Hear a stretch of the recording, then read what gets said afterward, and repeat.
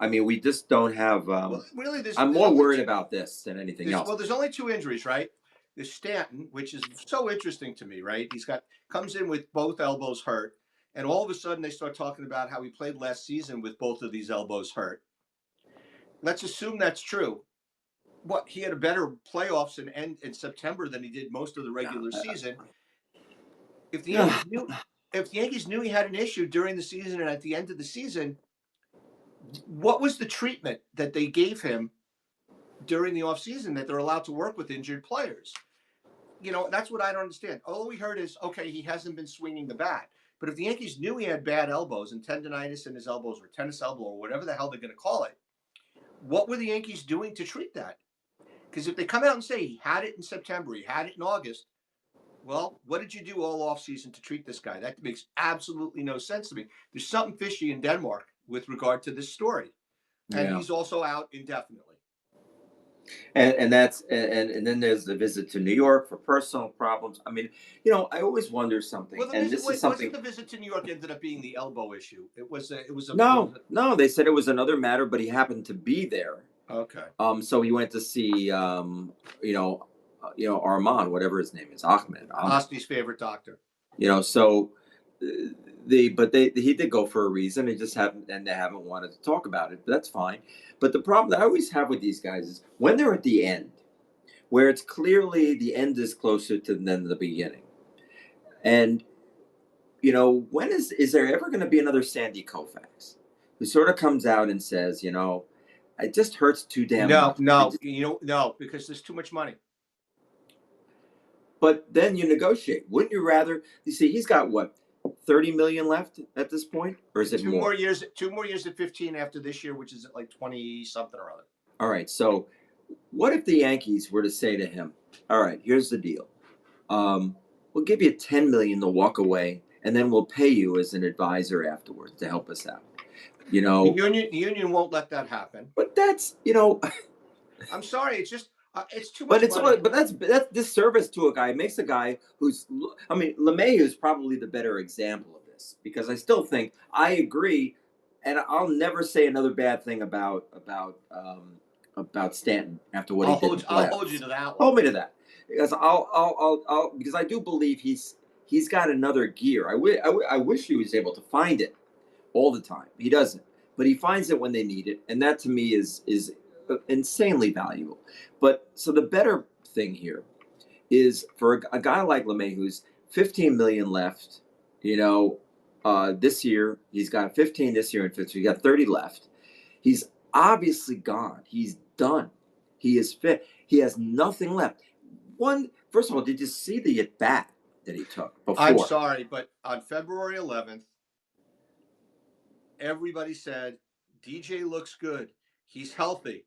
It sounded when they talked about him. When they talked about him, do you remember the movie Heaven Can Wait? In the beginning, when Warren Beatty was coming back from an injury, and Jack Warden turns to the head coach, goes, "He's looking good. He's looking healthy."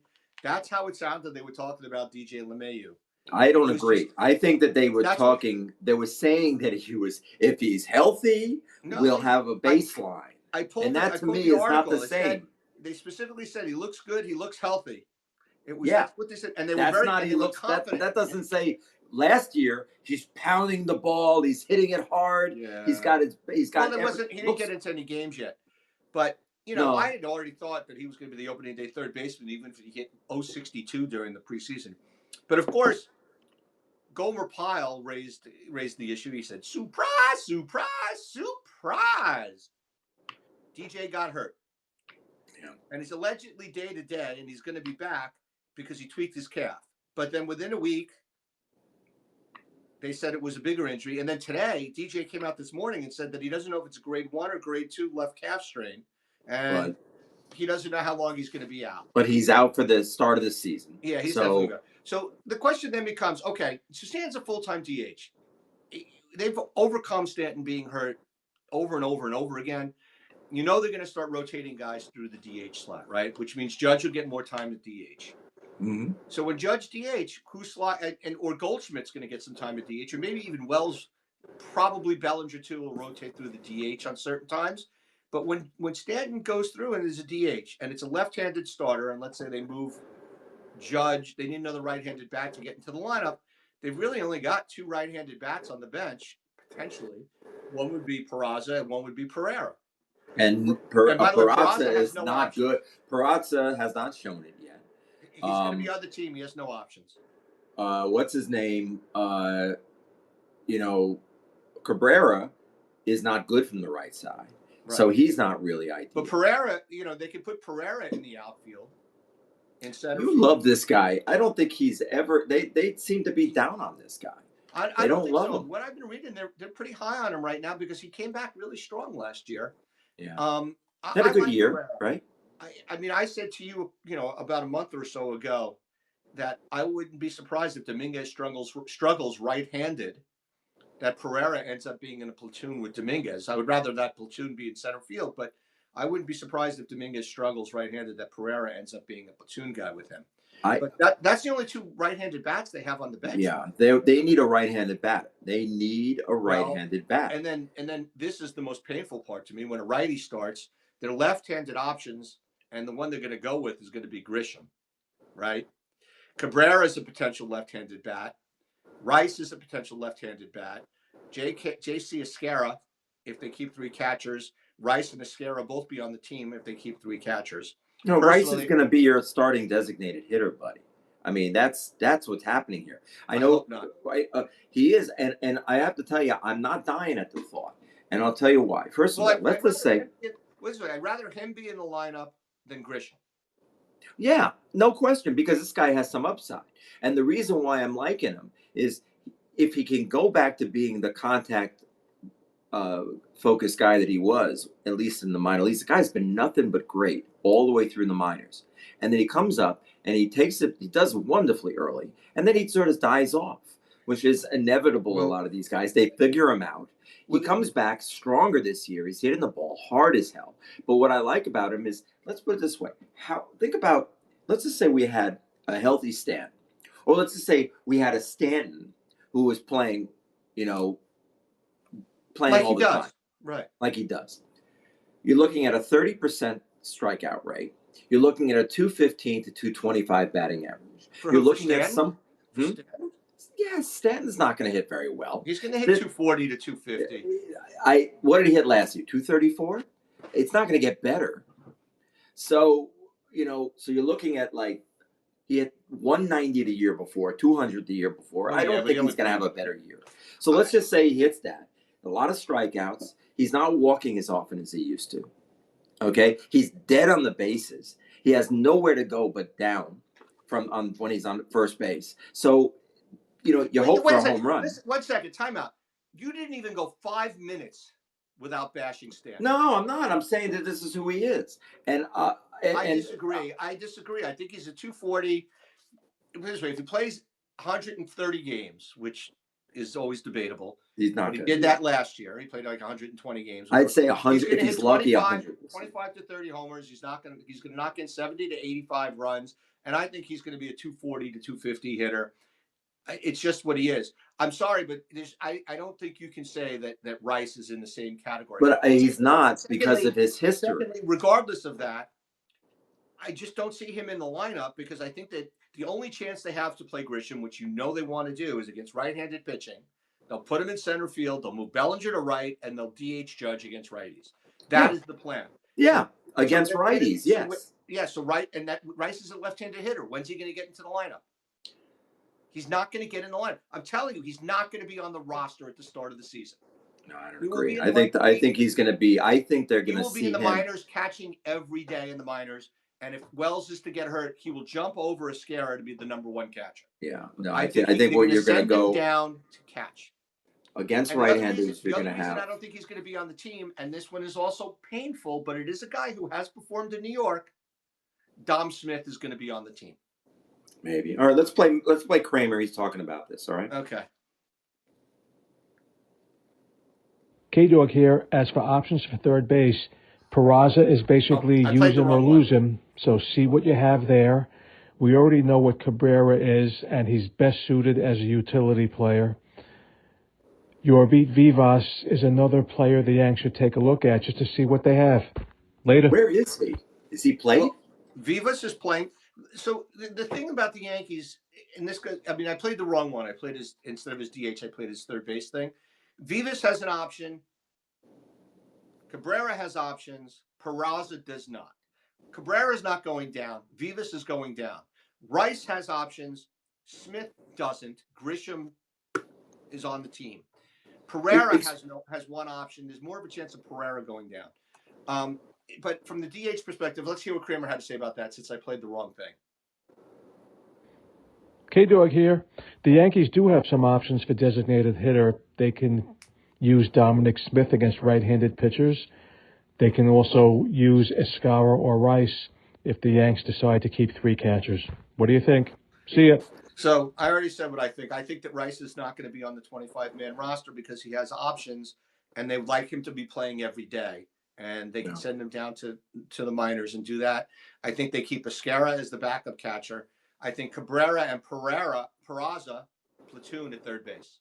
I think you have your outfield this year is going. This is who they go live with. You've got Dominguez in left.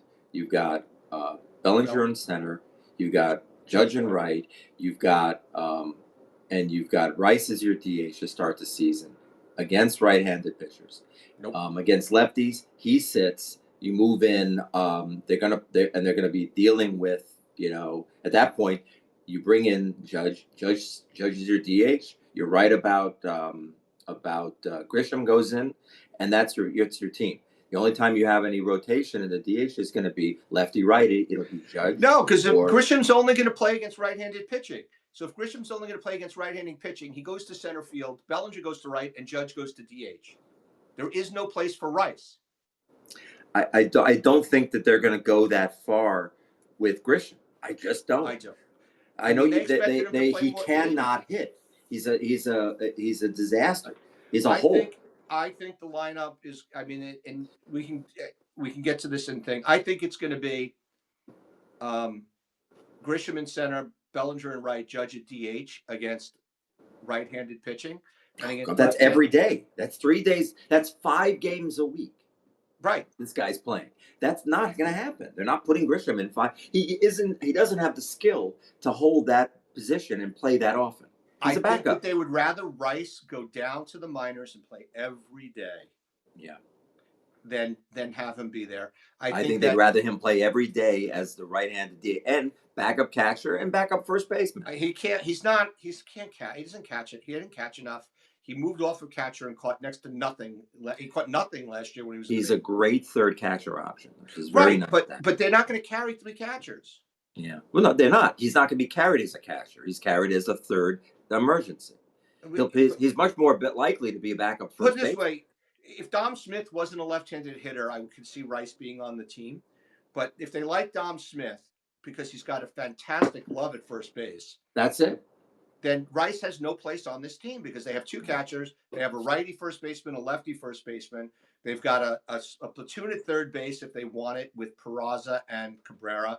And they've got Grisham and Pereira as their 4th and 5th outfielders. Yeah. I don't think Rice is going to be on the 25-man roster, but it's going to come down to a choice between Dom Smith and Rice.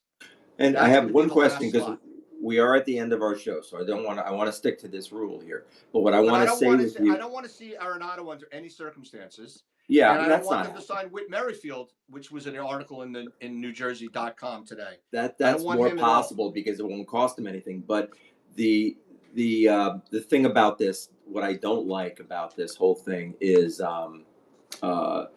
why are they 10 games in at this point, and Yorvit Vivas has 3 at bats. Why are they not giving him a look? Because he's not going to be on the team.